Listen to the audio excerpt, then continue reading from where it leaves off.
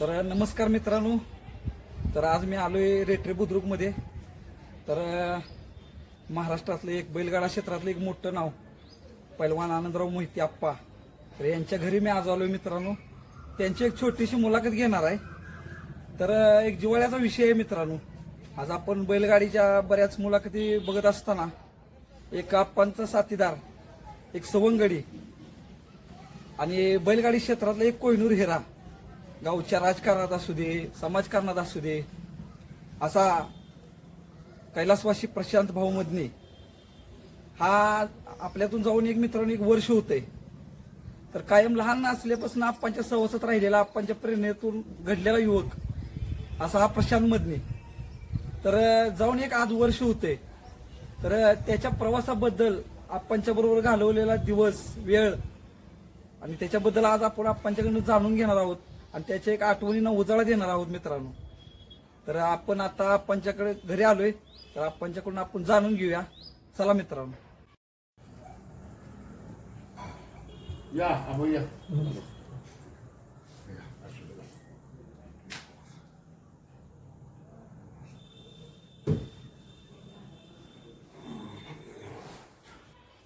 तर आप्पा नमस्कार. नमस्ते.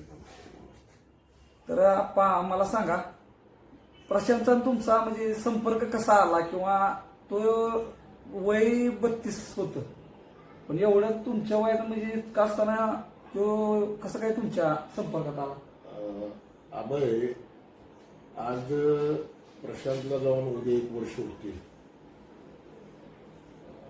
प्रशांत हा 32 वयाचा विद्यार्थी, म्हणजे वय तरुण. प्रशांत 6 वर्षाचा असल्यानंतर त्याचे वडील वारले आणि ते वडील मदन्याप्पांचे भाऊ होते. आणि मदन्याप्पा हे कृष्णा सहकारी साखर कारखाना संचालक होते 89 साली. त्यावेळेला आप्पा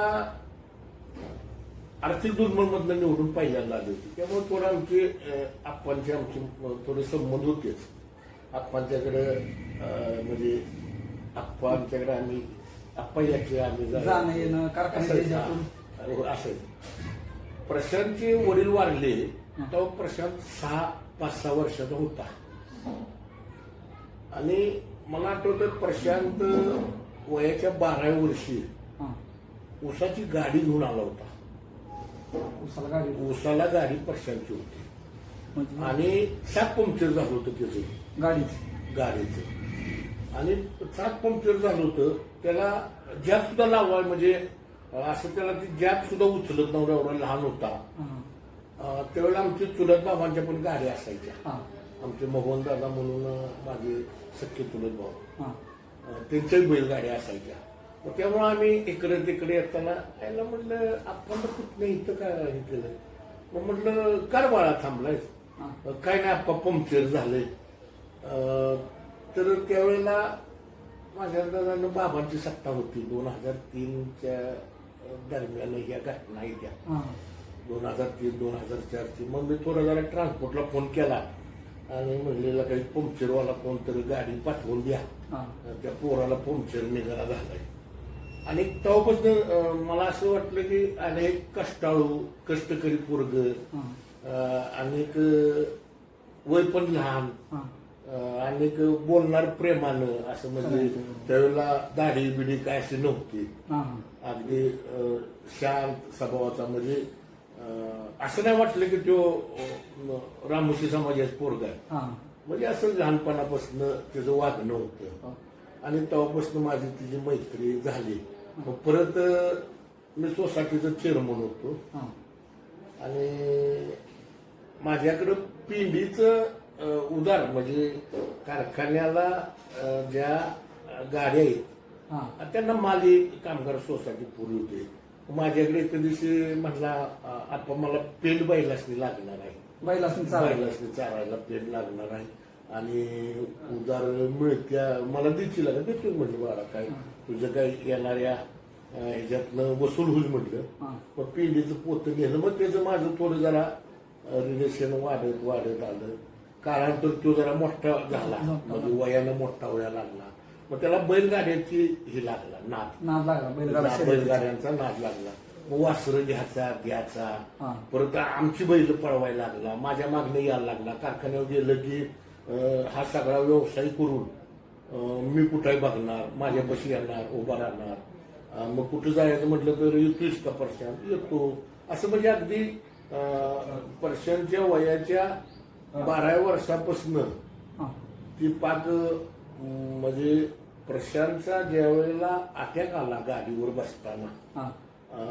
त्या जागेवर, हा. त्यावेळेला त्या मोटरसायकलवाल्याला त्यानं सांगितलं की आप्पाला फोन कर, बाकी कुणाला करू पहिला. नको. पहिला फोन म्हणजे मित्रांनो, ज्या वेळेला शेवटची वेळ त्याच्यावर आली मानकवाडीच्या मैदानात असताना, बैलगाड्या शर्यतीतच असताना, तर त्यावेळेला सुद्धा त्याचा पहिला फोन पहिला. आप्पांना आला होता. त्या गाडीवाल्याला म्हटला पहिल्यांदा आप्पाला फोन कर. आणि मी त्यावेळेला कडेपूरमध्ये होतो, येत होतो मी विद्यार्थी. हा.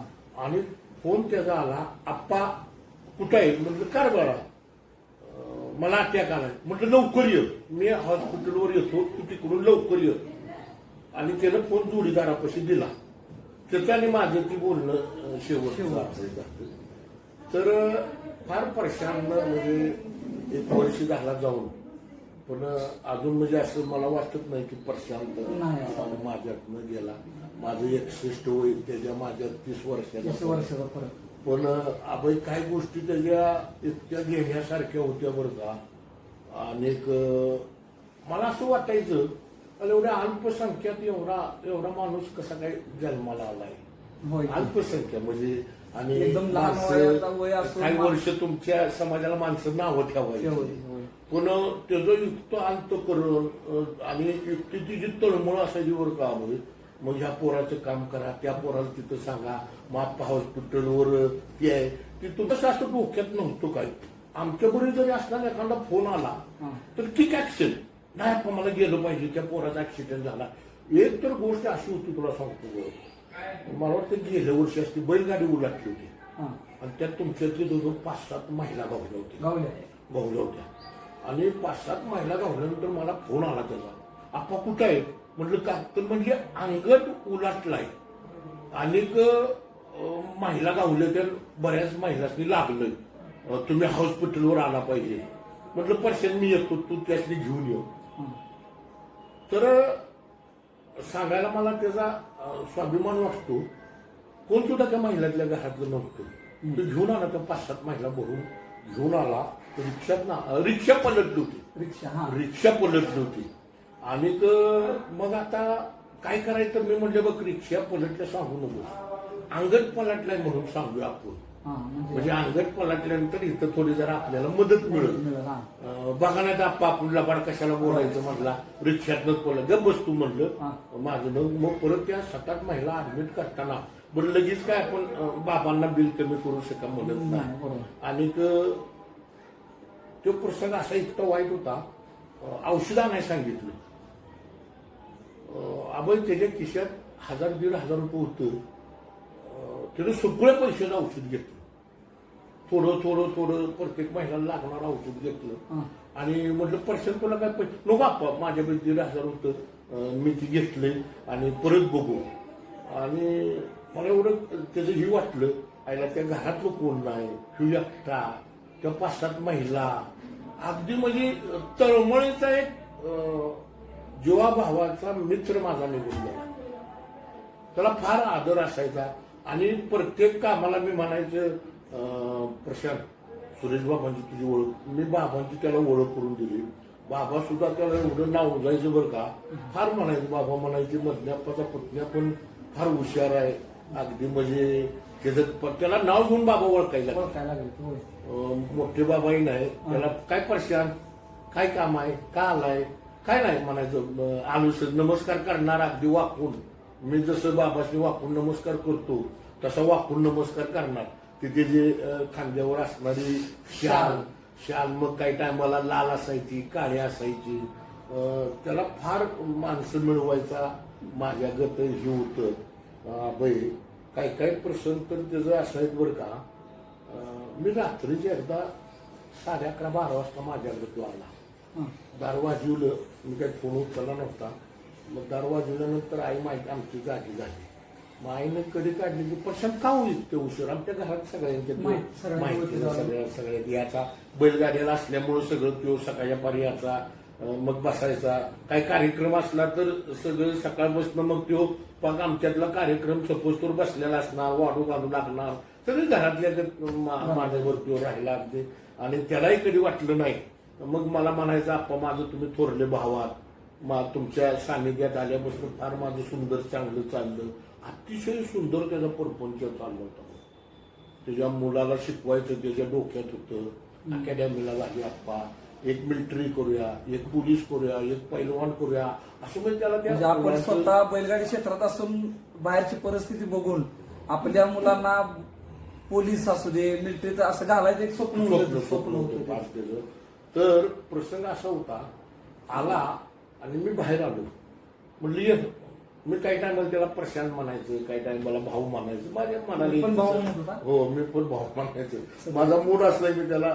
भाऊ हसायचा तो मग आला बसला म्हणजे काढला का 12 वाजले म्हणलं काय भानगड आहे काय नाही आप्पा उद्या गुरुवार आहे आता उद्या गुरुवार आहे मला माहिती आहे की आणि बुधवार आहे म्हणजे उद्या गुरुवार नाही एक बकरी काय जाणार आहे मी सकाळी जाऊ का मग लवकर जरा तू तेवढं विचारायसाठी तिथनं आलाय हो आप्पा कुठचंही काम तुम्हाला विचारल्याशिवाय मी करणार नाही मी माझ्या मनात ठरवलंय आणि अनेक वर्षापासून मी काही असलं तर मला विचारणार म्हणजे काही असू द्या किटली जरी दुधाची असली तरी तो म्हणणार आपण नवी किटली मी आणाय निघालो जाऊ का एवढं त्याचा विश्वास माझ्यावर बसला होता अभय त्यानं डेअरी काढली ना डेअरी मला नारळ फोडायला बोलवलं मला जरा उशीर झाला जायला पण त्यानं सगळं पाहुणं गेल्यानंतर माझ्या हस्ते एक नारळ फोडून घेतला म्हणलं आप्पा पण मी त्याला म्हणायचं प्रशांत बिल व्यवस्थित द्यायची नाही म्हणलं लागलं हे एखादं मला सांग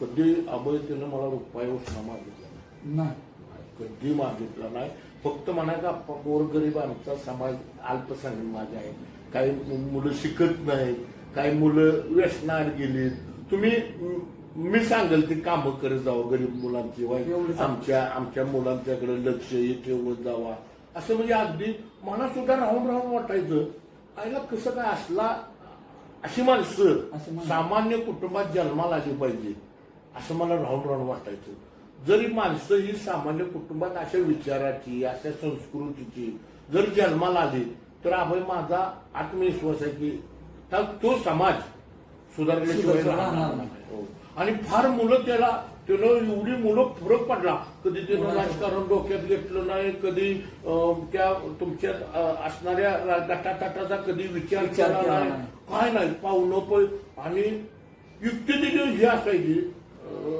कोल्हापूर असू द्या आटपाडीचा भाग असू द्या तिकडनं मी इंग्रजी भाषा यायची नाही त्या दसगराशी सुद्धा त्याचा संबंध अगदी म्हणजे तिथं 9-10 वाजेश्वर बसणार तिथे एखादं मटण केलंही नाही तरी मला फोन करणार आप्पा कुठं आहे कर भाऊ ह्या की मटण आणलंय मी आणलंय आणि ह्या वाड्यावर चाललंय कुठं बसलाय पवारमुळेला बसलोय मग या की म्हणजे अगदी फार एक 20 वर्ष तो माझ्यापाशी राहिला 20 वयाच्या 12 वर्षापासून तो जो होता तो पाक म्हणजे शेवटच्या क्षणापर्यंत आणि मलाही वाटायचं की प्रशांत हा माझ्या एक आतड्या पूर्ण जन्माच्या नात्यातला आहे आणि एक आतड्यातला माझ्या पोरगा आहे फार मी त्याच्यावर प्रेम केलं आणि अडचणीला उभा राहायचं प्रसंगाला उभा राहायचं आणि काही असू द्या आता मध्ये बैल विकला त्याने बैल विकल्यानंतर 6.5 लाखाला बैल विकला आणि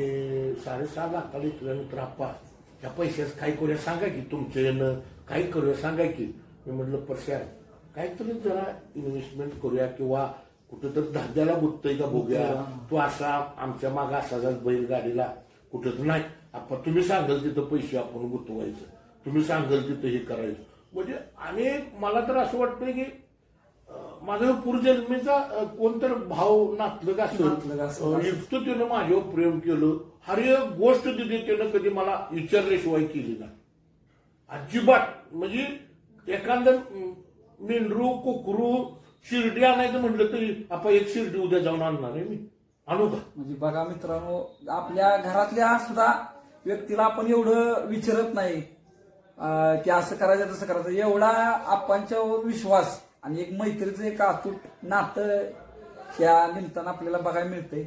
आणि आपण मला सांगा, बैलांच्या विषयी एक व्हिडिओ व्हायरल झाला होता की असं ते बैला पुढे उभा होता, तो बांधलेलं बैलांच्या- जीप हा, ते काय बैलांच्या झालं? विषयी प्रेम. आपल्या भीमाता त्यांचा रुद्रा म्हणून बैल पळत होता आणि तो लहानपणापासून तो बैल पळवायचा. हा, तर मला आला म्हणला आप्पा तो बैल घ्यायचा आपण, बैल आपण घेऊया रुद्रा. रुद्रा. म्हणलं प्रशांत चालतं घेऊया, तू म्हणत असला तर घेऊया. आणि तो आप्पा बसल्यानंतर आप्पा देवासनं आलं, आपलं भीमातात्या हा, भीमातात्या देवासनं आलं, बैल आम्ही ठरवला. बैल ठरवला म्हणलं बैल इथंच बांधायचा, तात्याची इथं बांधू, तात्याला खर्चात देऊ म्हणजे माझी नादार राहील. आणि बैल एवढा त्याच्यावर प्रेम करायचा बरं का. एकदा जत्रेला आम्ही गेलो हा. आणि गेलो, तोंड बीट असं धुतलं, अरे बैल जीभ बाहेर काढून बैल चाटायला लागला त्याला तोंडाला. म्हणजे मित्रांनो तो व्हिडिओ आपण जोडणार आहे. तर बैलासमोर रुद्रा समोर असं उभं राहिल्यानंतर तोंडाला असं पाणीवर, मग त्यावेळेला जीभ बैल बाहेर काढून त्याच्या तोंडाला असं चाटतोय. म्हणजे हे एक बैलाविषयीचं प्रेम एक वेगळं पण हे आपल्याला त्या व्हिडिओच्या मधून कळतंय. आणि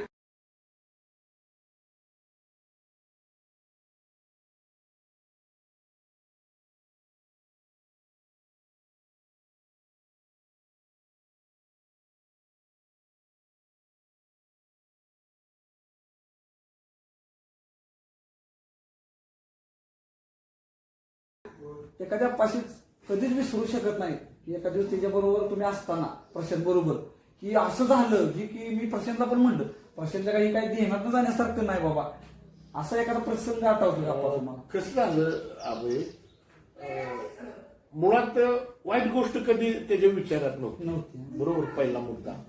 आमची कधी गोष्ट की कुणावर अन्याय करायचा आहे, कुठं अत्याचार करायचा आहे, किंवा कुठं तर कुणाचं तर फुकट गावतोय म्हणून 10-5 पोरं घेऊन जाऊन त्या पोरांचा उपयोग करायचा आहे, असं कधी आमच्याही डोक्यात आलं नाही. आणि त्यांच्याही कधी आम्ही डोक्यात येऊन दिलं नाही.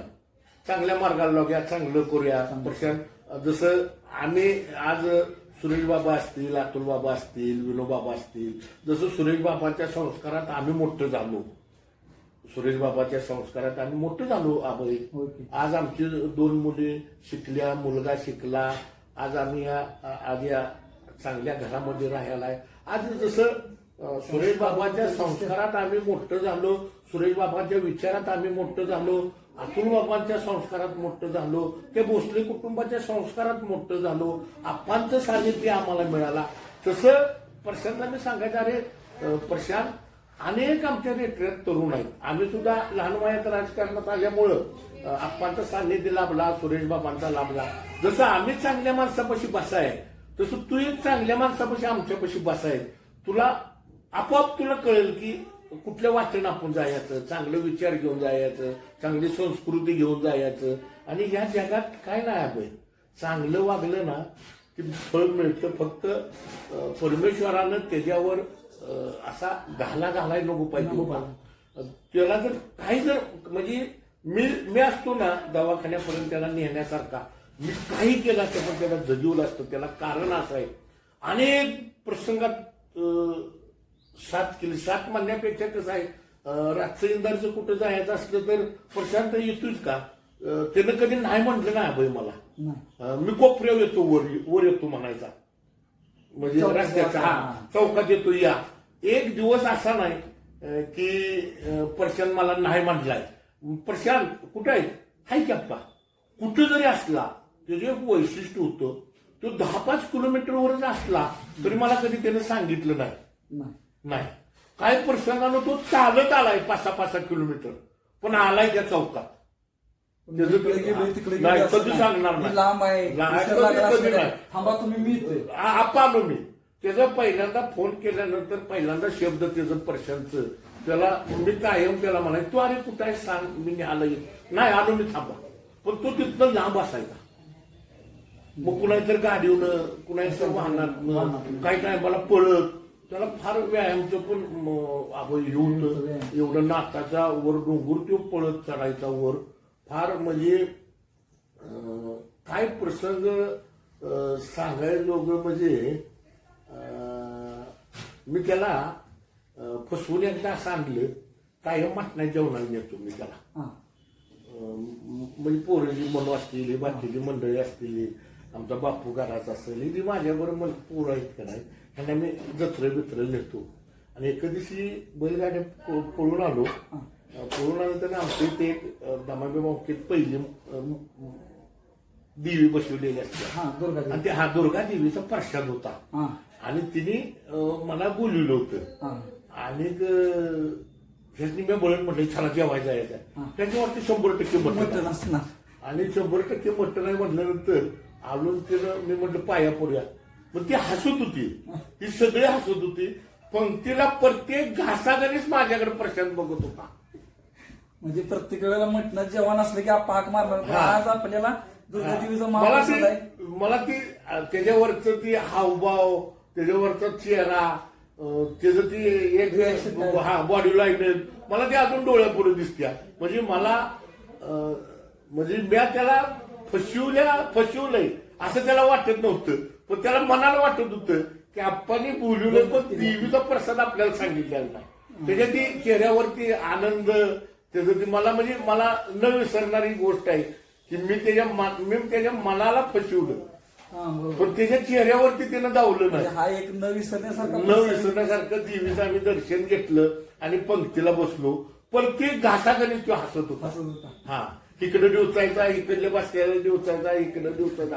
पण त्याला असं म्हणता आलं नाही मला की आपण मटणाचं जेवण आहे, मग प्रसाद चांगला सुंदर प्रसाद झालाय, चांगला प्रसाद झाला. त्यांना आनंद एवढा ही केला, आपण बरं झालं तुम्ही देवीला ही केलं ती. म्हणजे बघा हा एक प्रसंग आपण कधीच विसरू शकणार नाही. त्याचा ती हास्यपणा, कधी अभय तो नाराज झाला नाही, कधी टेन्शन घेतलं नाही, कधी त्याच्या चेहऱ्यावरती रिॲक्शन कधी एखाद्या गोष्टीची आली नाही. हो, एवढं पोरांची भांडणं व्हायची, सगळं व्हायचं, तो मिटवायच्या भूमिकेत असायचा. पोरांनी म्हणायचा नका असं करू, असं काही चांगलं नाही, ठीक आहे. आणि जरी चुकलं असलं तर अभय तो स्वतः त्या माणसाच्या पाया पडायचा. त्याचं वेगळं पण होतं. कुठंही जरा भांडणाचं लागलं, कुठं भांडणाचा वाद असला कुणाचा, तर मिटवण्याच्या भूमिकेत. आणि एखाद्याला चुकलं तर तिथं मुलांचं जरी चुकलं तरी त्याला नमस्कार म्हणजे तो स्वतः पाया पडायचा की आमच्या चुकलंय, आमच्या मुलांच्याकडनं, आमच्या प्रदीपकडनं चुकलं असेल, आमच्या सोन्याकडनं चुकलं असेल, आमच्या मनूकडनं चुकलं असेल. म्हणजे असं त्याला ते आपुलक्याने त्यानं किती पोरं चांगली सुधारलं. पोरं काय सांगणार म्हणायचे, आम्ही भाऊंच्यामुळं आम्ही लागलो, भाऊंच्यामुळं आम्ही परपंचाला लागलो, भाऊंच्यामुळं आम्ही मुलांच्या मध्ये एक हे झालो, आम्ही मुलांना आता शाळेत घातलंय, शिकवायला लागलो, भाऊने आम्हाला चांगलं ज्ञान शिकवलं, भाऊंच्यामुळं आमची प्रगती झाली. इतकं मलाही समाधान वाटायचं की एक अल्पसंख्याकला पोरग एवढं सुंदर. आणि म्हणजे आपण एका चांगल्या संस्कारात म्हणण्यापेक्षा आप्पांच्या बरोबर, आप्पांच्या प्रेरणेत घडल्यामुळं त्याच्याबरोबर जी पोरं असायची किंवा त्याचा मित्र परिवार, याच्यातल्या सुद्धा बऱ्याच जणांना त्यानं असं म्हणजे सुधारण्यासाठी प्रयत्न केला आणि ती सुद्धा चांगल्या प्रकारे पोरं ती सुधारणा झाली. तर आपण मला अभय तुला एक सांगतो, तिनं मला मेंढर बसलेली होती, त्याचं ते कोल्हापूरचा मित्र होता आणि थोडं जरा जेवण करायला उशीर झाला, 11:30-12 वाजली होती जेवण करायला. आम्ही बोलत उशीर झाला जेवण करायला. आणि जेवायला मी एकट्याच गेलो होतो आणि त्याला गाडीवर तिथनं घेऊन गेलो होतो.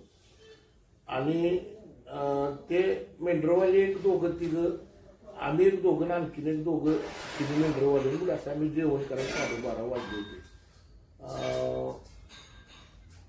रेल्वेच्या रुळाच्या वर आम्ही गेलो होतो, बरोबर. आणि त्याची गाडी ते मेंढरवाल्यांनी नेली होती, मोटरसायकल आली. हा, आणि मग तो काय म्हणायचा, गाडी न्या तुम्ही, आता प्रशांत तुम्ही गाडी न्या तुमची, माझं दिवसाचं काम झालंय. तर त्यानं न विसरणारे माझ्या ह्याच्यातली गोष्ट, त्यानं त्याला सांगितलं नाही, मी आप्पाला घालवणार, घरी जाणार, माझी गाडी घेणार, पण इथनं जाताना मी आप्पापर्यंत जाणार, मी आप्पाच्या गाडीवर बसणार, मी दुसरी गाडी घेणार नाही. आता 12:30 वाजले, 1 वाजेल त्या रस्त्याला यायला, अर्धा तास वरण खाली याला 15-20 मिनिटं लागणार रेल्वेच्या ह्याच्यात नाही आला आणि 1 वाजतील मी आपण तसं एकटा सोडणार नाही. एकट्याला जाऊन नाही येणार सोडणार. नाही. तो माझ्या गाडीवर बसला, घरी आलो त्याच्या, त्यानं मोटरसायकल घेतली आणि माझ्या मोटरसायकली बरोबर मला तो इथं पोच करायला ज्या वेळेला आईनं कडी काढली तेव्हा तो निघून गेला. असा रक्तामासातला मित्र, रक्तामासातला जोडीदार आबय अशा विचाराची माणसं इथनं पुढे सापडणार नाही. एक चांगला विचार, चांगली संस्कृती, प्रेम करणारा, आपलं काय होईल ते चालेल पण आपण ज्याच्यावर प्रेम करतो त्याला काय होता कामा नाही, ह्या भावनेची माणसं आता आबई कमी झाली. ती ज्या पद्धतीनं आम्ही सुरेश बाबांची सेवा केली, ज्या पद्धतीने सुरेश बाबांचं आचार संस्कृती आम्ही ऐकली, तीच पद्धत त्यांना अवलंबली बघा.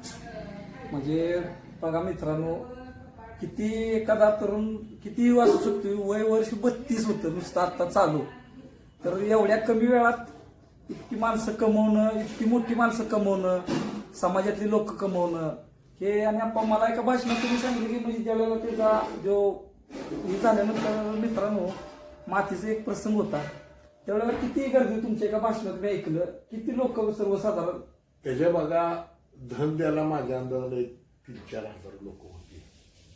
मातीला 5,000 लोक असतील, म्हणजे 5-7 हजार लोक त्या मातीत कधी येत नाही, मागेही जमली नाही, इथनं पुढे जमणार नाही. फार लोकसंग्रह केलं, जसं माझ्यावर प्रेम केलं ना तसं अनेक माणसांच्यावर त्यानं प्रेम केलं, अनेक तरुणांच्यावर प्रेम केलं. त्याचा तो स्वभाव होता, पण त्यानं माझी मैत्री झाली, मला एक थोरला भाव, गुरु, वडीलधारी म्हणून त्यानं माझ्याबरोबर वागला. बघा मित्रांनो, म्हणजे ते प्रसंग झाल्यानंतर त्यांच्या निधनाची बातमी कळताना 3-4 हजार लोक तिथं बघण्यासाठी नुसती आली होती आणि मातीच्या कार्यक्रमाला जवळजवळ 5-6 हजार लोक होती. तर ही कुणाच्या बी नशिबी नसतं या, अशी माणसं घडणं म्हणजे खरंच दुर्मिळ आहे. आणि आपण मला एक सांगा की बैलगाडा क्षेत्रात बरंच म्हणजे त्याचं नाव होतं, स्वतः बैलगाडा एक मालक होता, स्वतः एक उत्कृष्ट जॅकी होता आणि हे बैलगाडा शर्यतीत असताना त्याला एक जबाबदारी दिलेली आपल्या वाळवा तालुक्यात. वाळवा तालुका अध्यक्ष आम्ही सगळ्यांनी त्याला केला होता. म्हणजे वाळवा तालुक्याचं अध्यक्षपद बैलगाडा संघटनेने दिलं होतं. तो लहान वासरं घ्यायचा, शिकवायचा आणि पैसे द्यादा आला की त्यानं चांगली वासरं चांगल्या पैशाला ऐकली, त्याच्यावर त्यानं परपंच चालला.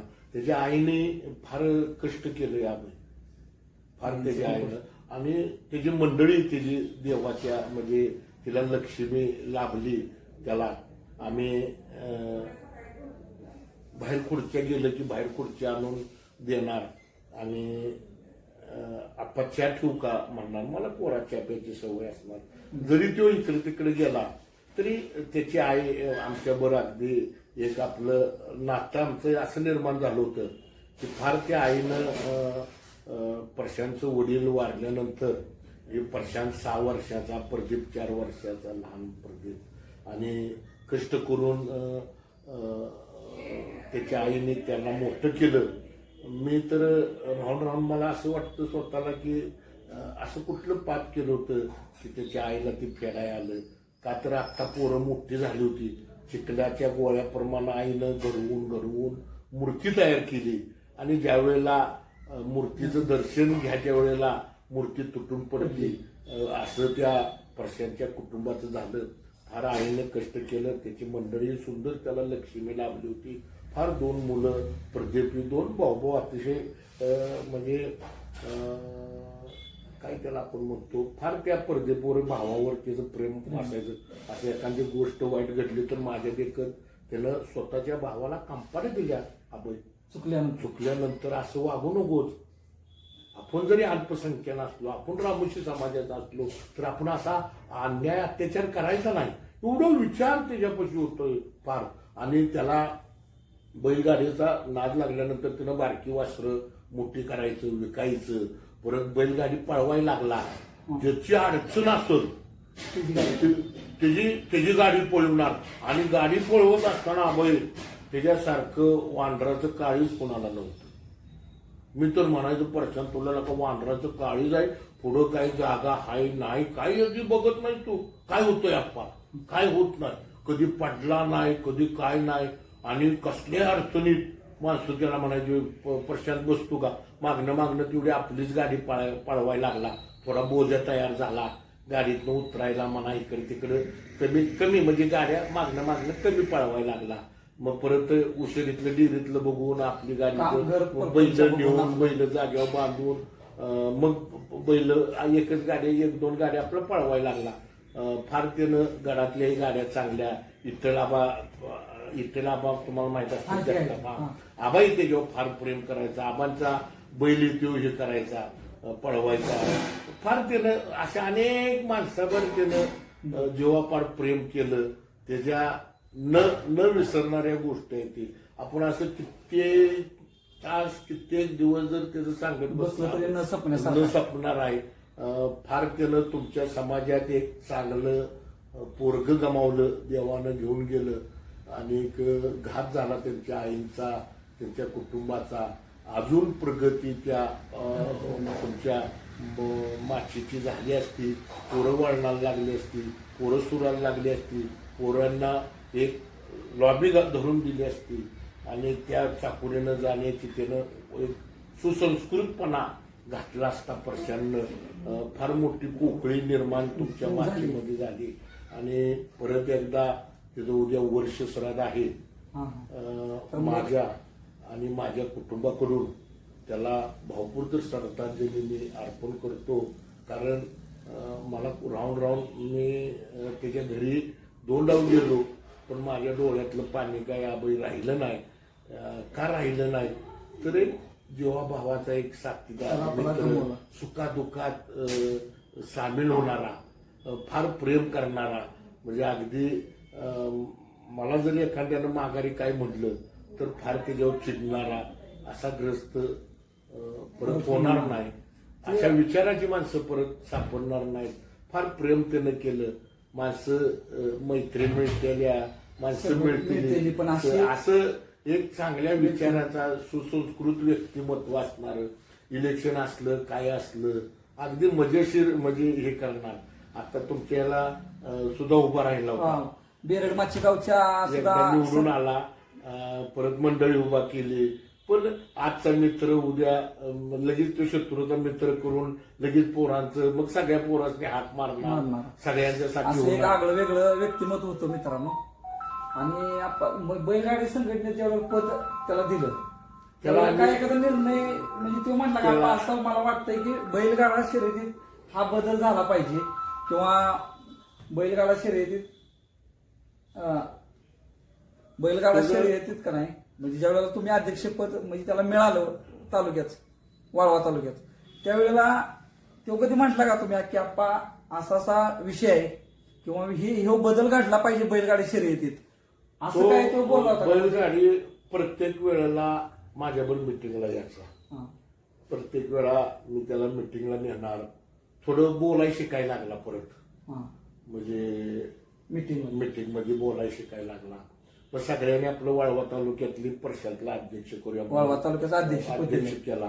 आणि एखादा निर्णय दिला की तो त्या निर्णयात बदल करत नव्हता. दिलाय तो बरोबर आहे आणि तो बरोबरच राहणार असा. आणि तुझे एक माणसामध्ये ही पडत होतं, छाप पडत होती एक असं व्यक्तिमत्व. आणि व्यसन काय नाही अभय, त्याला काही सुद्धा व्यसन नाही म्हणजे अजिबात. तर आपण म्हणजे आजच्या बैलगाडीच्या जी शर्यती चालू आहे त्या आपण बघतोय असं तसं झालं पाहिजे. मग त्या दृष्टीने एखादा की बैलगाडी क्षेत्रात हा बदल झाला पाहिजे किंवा आपण असं पाहिजे बघा, त्यावेळेला या बैलगाड्या व्यवस्थित म्हणजे होतेल्या, किंवा एखादा निर्णय जी काय होती बैलगाडी क्षेत्रात, तर ही एक असं माझ्या मते की तो कधी म्हटला होता की मला वाटतंय की बैलगाड्या शर्यतीत असं घडलं पाहिजे. असं काय एखादं बैलगाड्या शर्यतीविषयी तो बोलला होता? आता तुम्हाला सांगतो, तो वारून 1 वर्ष झालं बरोबर. तर गेल्या महिन्यात हेल्मेटचं निघालं. त्यावेळेला मला सांगितलं होतं तो गाडी पळवताना हेल्मेट असावं, म्हणजे डोक्याला हेल्मेट असणं जरूर म्हणजे त्यावेळेला मला म्हटला, आप्पा आम्ही गाडी पळवतो, ड्रायव्हर आहे मी, डोक्याला मार लागला. जसं आपण हायवेला मोटरसायकलीवर कसं हेल्मेट घालतो तसं हेल्मेट असावं. मी तिने त्यावेळेला त्याची चेष्टा केली. अरे काय प्रशांत, हेल्मेट घालून कशी गाडी पळवणार दूरदृष्टी- पण आज तो नियम संघटनेनं आणला अंमलात आणला म्हणजे किती शाळा कमी शिकून सुद्धा दूरदृष्टी आहे त्यावेळेला त्यानं सांगितलं की हेल्मेट पाहिजे. म्हणजे बघा मित्रांनो की बैलगाडा शर्यतीत असताना कितीतरी वर्षापूर्वी माग की त्यानं आप्पाने सांगितलं होतं की आप्पा बैलगाडी पळू देते त्यासनी हेल्मेट पाहिजे म्हणजे त्याला बरेच वर्ष त्याला झाली एक 4 वर्ष झाली त्यानं मला 4-5 सांगितलं. वर्ष. स्पर्धा चालू झाल्या मग बघा मित्रांनो त्यावेळेला त्याच्या म्हणजे इतकी दूरदृष्टी होती आणि तोच आता बैलगाडी शर्यतीनं नियम आणलाय म्हणजे इतकं हे असणारा इतका हुशार असणारा तरुण आज मित्रांनो आपल्यातून निघून गेला. कारण देवाला आपण म्हणतो चांगली माणसं आवडतात तर कदाचित हे असंच असेल. आणि मला आप्पा सांगा मानकवाडीच्या मैदानात झाल्यानंतर ज्या वेळेला मानकवाडीच्या मैदानात छाती दुखायला लागलं गाडीवरून तू म्हटला दवाखान्यात चला मुलांना आणि त्यावेळेला पहिला पण तिने आप्पासनी केला तर आपा ती बोलणं काय झालं आणि तुम्ही म्हटला म्हणजे तुम्ही काय म्हटला आणि त्याच्यानंतर परत थोड्या वेळानं तुम्हाला कळालं की याला प्रशांत आवाज आपल्या नाही आज आपल्या आम्ही म्हणजे हा प्रसंग कडेगाव सोडलं पहिला फोन प्रशांतच्या मोबाईलवरनं मला आला की लगेच फोन बंद झाला की मी लावत असताना एंगेज लागायला लागला व्यस्त लागायला लागला लगेच परत फोन त्याचाच आला म्हटलं बोल केलं प्रशांत आप्पा मला दवाखान्यात आणायला लागली ती तुम्ही कुठं आहे म्हटलं मी प्रशांत कडेगाव मध्ये आहे काय झालं तर मला अटॅक आलाय त्याचा तेच बोलला आणि परत त्यानं मित्राकडे दिला ज्या गाडी मोटरसायकल चालवत होता ना त्याच्याकडे दिला तो म्हटलं आप्पा मी घेऊन यायला लागलोय म्हटलं लवकर या हॉस्पिटलवर आम्ही खाली येतो तिकडून मग आम्ही त्या मार्गे आलो पण मला कळालं की इस्लामपुरात त्याला दवाखान्यात नेलेला आहे मग आम्ही इस्लामपूरला गेलो तर वाटतच आम्हाला कळालं की तुमची भावना काय होती भावना म्हणजे मला एक 2 मिनिटं अभय असं कळायचं बंद झालं प्रशांत गेलाय म्हटल्यानंतर मला एक 2 मिनिटं असं वाटलं अरे अरे अरे अरे आपल्यात एक परमेश्वर निघून गेला चांगल्या विचाराचा तरुण निघून गेला आपला नातलग निघून गेला असं एक 2 मिनिटं मला कळायचं बंद झालं. फार मला दुःख झालं फार म्हणजे फार न सांगण्याजोगं दुःख झालं थोडं पचवलं आणि ते सगळं विधी वगैरे सगळा केला मनावर धोंडा ठेवून कारण जे देवाला आवडतं त्याच्यापुढे आपला कोणाचा इलाज नसतो. पण मी तुला या माध्यमातून सांगतो कसलंही संकट जर प्रशांतवर असतं तर त्या संकटाला मी सामना केला असता आणि त्याच्या पाठीमाग मी एक वडीलधारी भाऊ म्हणून मी त्याच्या पाठीमागे राहिला असतो. पण देवाने शेवटचं संकट त्याच्यावर आणलं माझंही काही चाललं नाही आणि परमेश्वराचंही काही चाललं नाही तर मी फार एक सुसंस्कृत तर समाजातला तरुण गेला तिची उणीव भरून येण्यासारखी नाही. परत एकदा मी माझ्या कुटुंबाच्या वतीनं त्याला पहिल्या पुण्यतिथीनिमित्त भावपूर्ण शेजारी तुला आता अभय मी एवढं मुलाखत देतोय माझ्या आत असं भडभड तरी बाळा नाहीतर आपल्या एवढ्या जीवाभावाचा म्हणजे माझा शब्द माझं नाव विलाजान तुला काढतोय माझं आत असं हृदय माझं भरून आलंय माझ्या हृदयाला ठोकं बसतील की असला मित्रांनो इतकं प्रेम तुम्हाला बघायला मिळालं की ठराविकच लोकांच्या मित्रांनो नशिबात असते पण असं व्यक्ती आज आपल्यात नाही.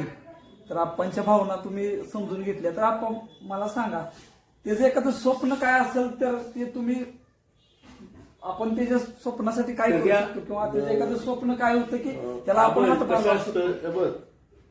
माणसाची एक सायकोलॉजी असते की झालेलं विसरून जायचं पुढे चालायचं पण माझी स्वतःची तशी नाही. मी जोपर्यंत आहे तोपर्यंत त्याच्या कुटुंबाला आधार मी शेवट देऊन घेऊन कुणाला पुरत नाही. त्यांच्या नशिबात पाहिजे त्यांच्या त्या ह्याच्या पाहिजे पण त्याच्या सगळ्या गोष्टीला मी सुखा दुःखाच्या अडचणीला मी एक त्यांच्यातला सदस्य म्हणून मी त्यांच्या कुटुंबाच्या पाठीमागे उभा राहणार. मी तुला आज पहिली पुण्यतिथी त्याची आहे त्याच्या आत्म्याला चिरशांती लाभली पाहिजे की आपल्या माघारी सुद्धा आपण आपल्या कुटुंबावर लक्ष ठेवले, कसलीही जर प्रसंग असला, चांगला असू द्या वाईट असू द्या, मी त्या कुटुंबाच्या पाठीमागे मी ठाम राहणार. म्हणजे मला थोडं कुठच्याही गोष्टीचं सोसायला लागलं तरी सोसणार, पण मी त्या कुटुंबाच्या पाठीमागं, त्याच्या मुलाच्या पाठीमागं, त्याचा भाव असेल, तिची आई असेल, त्याची मंडळी असेल, अगर त्याचे चुलते बिलते असतील तर ते आपलं शेवट त्याच्या मुलं, आता कसं आहे मुलांचं शिक्षण चाललंय, आपण थोडं मार्गदर्शन करायचं. आणि गेल्या 2 महिन्यात आईंना त्याच्या मंडळीला मी बसून सांगितलं की व्यवस्थित हे करा, शेती चांगली आहे, त्याचा भाव चांगला आहे, हो आपण थोडं मार्गदर्शन करायचं, सूचना करायच्या, ऐकते ती. आणि जरी आपण काही बघ, शेवट असा आहे किती दिलं तरी पुरणार नाही. शेवट त्यांना कष्ट करायची वृत्ती आहे त्यांची. आणि ती अशी बाकीच्या जगत माणसं नव्हती, सुंदर आणि चांगली माणसं आहेत. तरी सुद्धा आपण त्या मुलांच्यावर लक्ष देणार, भविष्यात काय आपल्याला मदत करता येईल, कशी मुलं मोठी होतील, कशी होतील, त्यांचं आता डोक्यात आहे एका मुलाला अकॅडमीमध्ये घालून एक सैनिक देशाच्या संरक्षणाला पाठवायचं, त्यांच्या फार डोक्यात आहे मिलिटरीमध्ये घालायचं. तर मिलिटरीमध्ये असू द्या किंवा पोलीस खात्यात असू द्या, काय असू द्या, आपण आपल्या पर्यायाने मी त्याला मदत करणार. आणि ती मदत चांगली, म्हणजे असं उगाच आपलं काहीतरी बोलणं सोडून दिलं असं नाही करणार. मी फार त्या कुटुंबावर प्रसंगाला उभा राहणार. आणि परत एकदा मी फार म्हणजे मी म्हणजे असं वाटत होतं की त्याच्याविषयी काय बोलायचं. अनेक गोष्टी अशा आहेत की त्या बोलून म्हणजे आपल्याला वेदना देऊन जाणाऱ्या गोष्टी आहेत. असा मित्र मिळले नाही, असा दोस्त मिळले नाही, असा जीवाभावाचा माणूस मिळले नाही, एक अल्पसंख्यातला माणूस. तुमच्या समाजाला माणसं अनेक म्हणते ते, अनेक रूपानं हे केलं जातं, पण तुमच्या समाजासारखी चांगली माणसं जन्माला आली, तुमच्या समाजात प्रेमाची माणसं आहेत, मनभावनेनं प्रेम करणारी माणसं आहेत, ज्याच्यावर प्रेम केलं की त्याला सगळं वाहून दिलं अशी माणसं आहेत. आणि त्याच्यागत सुद्धा अनेक तुमच्या समाजातली मुलं असतील, आमच्या वयाची मुलं काय असतील, आमचे बाहेर प्रसंग मित्र असतील, फार आपल्यावर तुमच्या समाजातली मुलं प्रेम करतात. काही शब्द मोडत नाहीत, कोणताही शब्द टाकू द्या, एखादं भांडण लागलं जावा घरला म्हणलं की घरला ऐकते ती. हीच मी प्रशांत असेल किंवा तुमच्या समाजातले अनेक तरुण असतील, त्यांच्यासाठी मी लागलं, माझ्याकडे आलं, मी कोणत्याही रूपानं आज एवढं मोठं वैभव सुरेश बाबांनी उभा केलंय, शिक्षणाचं असेल, आरोग्याचं असेल, अतुल बाबा आमदार झालेत, कोणतंही काम असू द्या, मी माझ्या पर्यायनं त्याच्या कुटुंबातलं, तुमच्या समाजातलं काम तिथपर्यंत नेऊन करण्याची भूमिका माझी राहील. मग प्रशांत असेल, प्रशांतनं जोडलेली माणसं असतील, प्रशांतचा समाज असेल, त्याच्या सगळ्या अडचणीला मी होणार, एवढीच भावपूर्ण श्रद्धांजली वाटतो. तर मित्रांनो, आप्पाने आपल्याला चांगल्या प्रकारे काय नातं असतं दोस्तीचं, मैत्रीचं, जीवाभावाचं. आप्पांच्यावरून 30 वर्षानं लहान आहे प्रशांत, तरी सुद्धा एवढी तळमळ एका एवढ्या मोठ्या व्यक्तीच्या ह्याच्यात निर्माण करणं ही फक्त प्रशांत मधनीच करू शकतो. म्हणूनच मित्रांनो, तुम्हाला आता मला या निमित्ताने एक सांगायचं आहे, शरीर मारताय नाम नाही, असा हा प्रशांत भाऊ मधने आता होणे नाही.